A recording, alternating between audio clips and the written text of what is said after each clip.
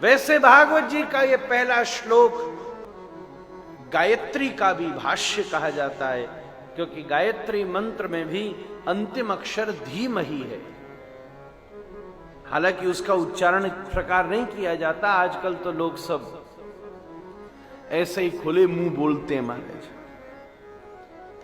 बिल्कुल गायत्री का इस प्रकार उच्चारण नहीं करना चाहिए जब तक गुरु जी के द्वारा उसकी दीक्षा न हो, यज्ञोपवीत न हो।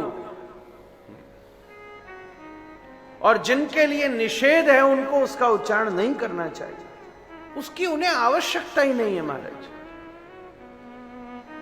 यहां तक कि शास्त्र में माताओं के लिए भी निषिद्ध है, माताओं को, स्त्रियों को गायत्री का उच्चारण नहीं, क्योंकि उन्हें आवश्यकता ही नहीं है महाराज। इसको यूं नहीं देखिए कि आपको अधिकार नहीं है, अपन छोटे हैं कि भाई गायत्री नहीं, आपको जरूरत ही नहीं है।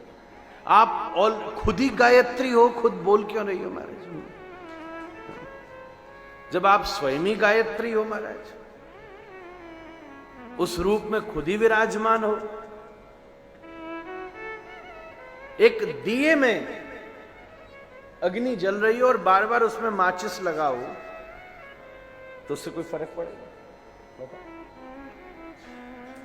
कोई अपन ने दिया जलाया और फिर बार बार तीली घिस के उसमें लगाओ, फिर लगाओ, फिर लगाओ, उससे कोई फर्क पड़ेगा?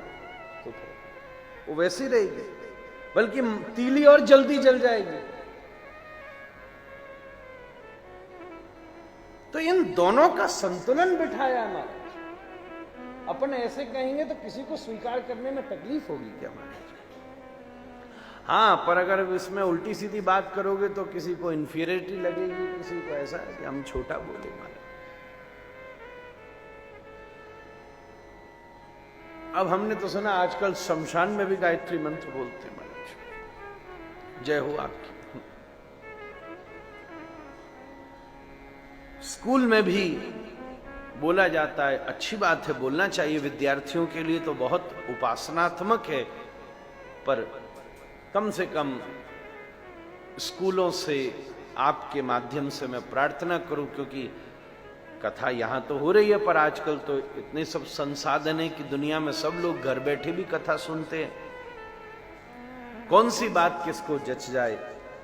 हर स्कूल में वेद मंत्र आदि के उच्चारण होने चाहिए। गुरुकुल में इसकी शिक्षा होती थी, पर कम से कम उस प्रार्थना सभा में हम ये तो व्यवस्था करें कि जूते उतार के खड़े हो सब। उसका प्रभाव उल्टा हो जाएगा महाराज।